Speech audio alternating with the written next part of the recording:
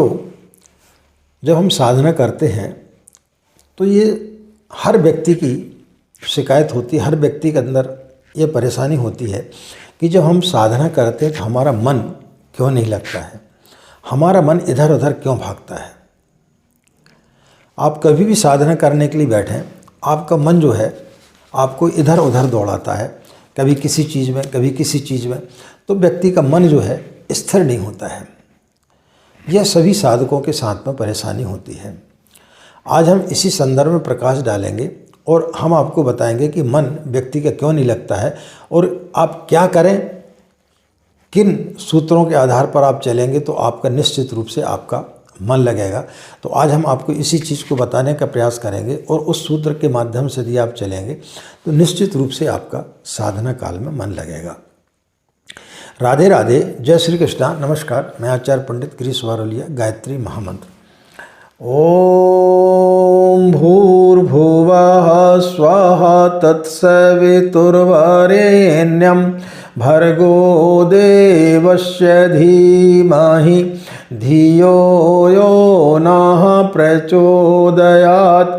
अखण्डमण्डलाकारं व्याप्तं येन चराचरं तत्पदं दर्शितं येन तस्मै श्रीगुरवे नमः। तस्मै श्री गुरवे नमः। मित्रों, जब हम साधना करते हैं तो साधना करते समय हमारा मन जो है वो लगता नहीं है। मन का स्वभाव ही है कि यहाँ वहाँ भटकना। जब हम साधना करने बैठते हैं तो जैसे हम मंत्र जाप करते तो हमारा मन बोलता है कि ध्यान करो। जब हम ध्यान करते हैं तो हमारा मन बोलेगा प्रार्थना करो। जब हम प्रार्थना करते हैं तो हमारा मन बोलता है आरती करने लगो। यानी मन जो हम काम करते हैं उससे हमें भटकाता है। हम गायत्री मंत्र का जाप कर रहे हैं तो हमारा मन बोलता है इससे कुछ आपको फायदा नहीं होने वाला है, आप हनुमान चालीसा पढ़ो। जब आप हनुमान चालीसा पढ़ने लगेंगे तो फिर आपका मन बोलेगा कि इससे कोई फायदा नहीं होगा, आप दुर्गा सप्तशती का पाठ करो। जब आप दुर्गा सप्तशती का पाठ करने लगेंगे तो फिर आपका मन बोलेगा कि इससे कोई फर्क नहीं पड़ता है, आप जो है सुंदरकांड का पाठ करो। यानी मन जो है आपको इधर उधर भटकाता है। मन आपका जो है एक जगह एकाग्र नहीं हो पाता है।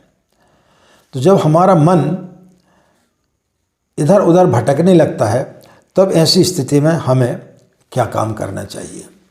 मन हमें ऐसी जगह ले जाता है जहाँ पर कि वो चीज़ें दूर के ढोल सुहावने जैसी लगती हैं। हमें कोई चीज़ जब तक प्राप्त नहीं होती है तब तक उसमें हमें रस आता है, और जैसी वो चीज़ प्राप्त हो जाती है हमारे लिए वो चीज़ व्यर्थ हो जाती है। मन जो है उससे उचट जाता है। ऐसी स्थिति में हमें साधना काल में करना क्या चाहिए कि हमारा मन लगे। तो हमें बोला जाता है कि आप अपने मन को एकाग्र करें। एकाग्र करने से क्या होगा? एकाग्र आप किसको कर रहे हैं? मन को ही एकाग्र कर रहा है, तो आपका मन एकाग्र कैसे होगा? मन आपका कभी एकाग्र नहीं हो सकता है। ये तो इस प्रकार से हो गया जैसे आप अपनी छाया को ही तलवार से काट रहे हैं, तो स्वयं को ही चोट लगेगी। तो मन को एकाग्र नहीं किया जा सकता, मन को देखा जा सकता है कि जब आप ध्यान कर रहे हैं और आपका मन यदि इधर उधर भटक रहा है तब फिर आपको क्या करना है। मन से हमें लड़ना नहीं चाहिए, क्योंकि लड़ाई से कभी जीत नहीं होती है। मन को हमें समझना पड़ेगा।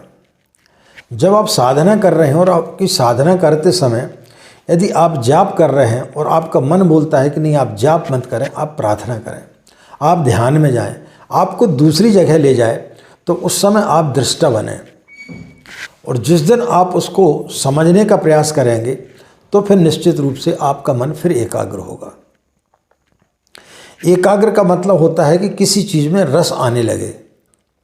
जैसे कि आप टीवी देख रहे हो और आपका कोई मन पसंदीदा कोई सीरियल चल रहा है, तब फिर आप जो है एकाग्र हो जाते हैं। फिर इस समय आपको भूख भी लगी हो तो आपका जो है भूख की आपको पता नहीं चलता है।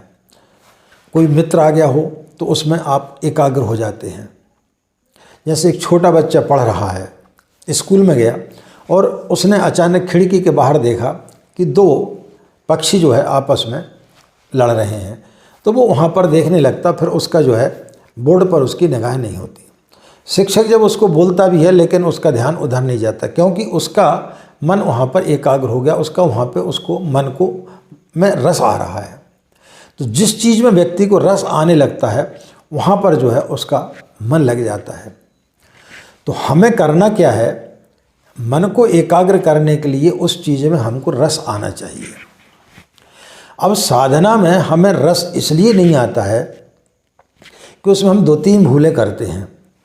एक तो जब हम साधना करते हैं तो साधना करते समय हम बहुत सारी जो है जप संख्या का संकल्प ले लेते हैं कि हम जो 27 माला का जाप करेंगे या 11 माला का जाप करेंगे या 7 माला का जाप करेंगे, उतना हमारे पास में समय होता नहीं है।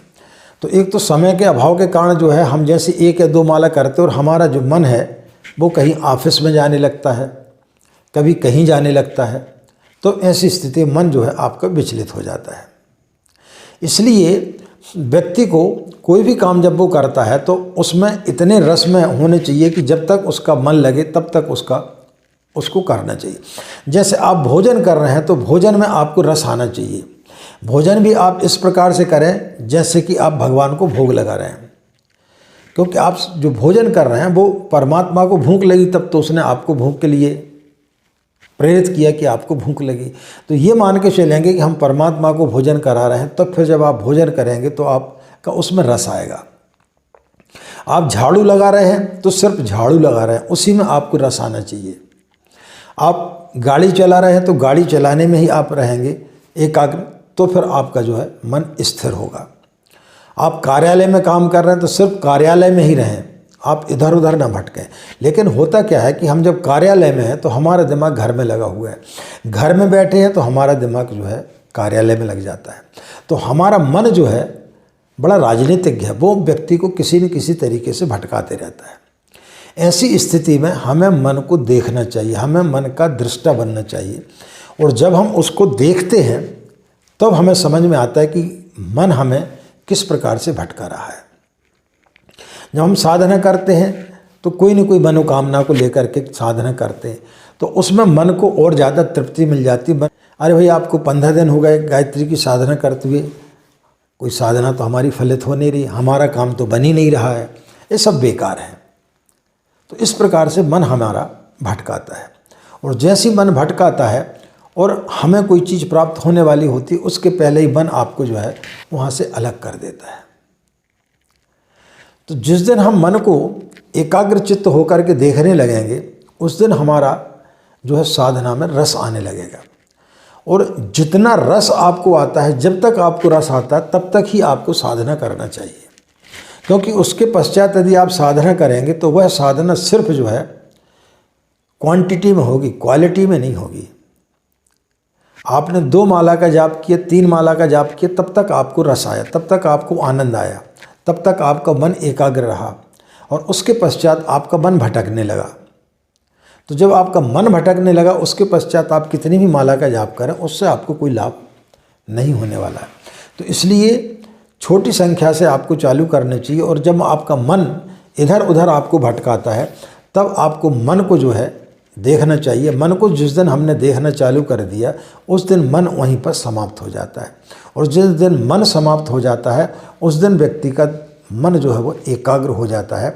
और जब मन हो जाता है तो जो वो काम करता है उसमें उसको रस आने लगता है। चाहे वो साधना कर रहा हो, ध्यान कर रहा हो, जप कर रहा हो, या किसी चीज़ का पाठ कर रहा हो, या खाना खा रहा हो, ऑफिस में काम कर रहा हो, गाड़ी चला रहा हो, फिर वो जो भी व्यक्ति काम करता है उसमें उसको फिर रस आता है, उसमें उसको आनंद आता है। और जैसे ही मन उसका एकाग्र होता है तब फिर जो है उसको साधना फलित होना चालू हो जाता है, फिर उसका मन इधर उधर नहीं भटकता है।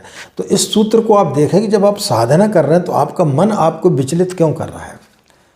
आपका मन बोलता है कि भाई आपको जो है गायत्री मंत्र नहीं जपना चाहिए, आपको कृष्ण का मंत्र जपना चाहिए, उससे जल्दी आपको लाभ होगा। तो उस समय आप दृष्टा बने कि मन हमें क्यों विचलित कर रहा है, मन हमें क्यों भटका रहा है।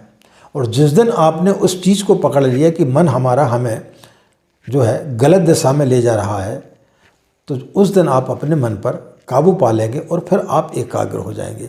और जब एकाग्र हो जाएंगे तो फिर आपको साधना में रस आने लगेगा, और जब जैसी साधना में आपको रस आएगा तो फिर आपकी निश्चित रूप से साधना फलित होगी। तो फिर आपके लिए ये शिकायत आपकी दूर हो जाएगी कि हमारी साधना में मन नहीं लगता है। मन आपका जब तक नहीं लगेगा, जब तक आप उसको पकड़ने का प्रयास करेंगे, जब तक आप उसके ऊपर जो है अंकुश लगाने का प्रयास करेंगे। अंकुश आप किस पे लगा रहे हैं? मन ही पर जो है अंकुश लगा रहा है, तो कैसे संभव हो सकता है? आपको उसको दृष्टा बनना पड़ेगा, और जिस दिन आप उसको देखना चालू कर देंगे उस दिन आप उस पर विजय प्राप्त कर लेंगे। तो निश्चित रूप से मित्रों आपको इससे लाभ होगा। इस सूत्र को साधना काल में अपनाएं, अपने मन को देखें कि मन आपको क्यों भटका रहा है, तो निश्चित रूप से फिर आपकी साधना सफल होगी।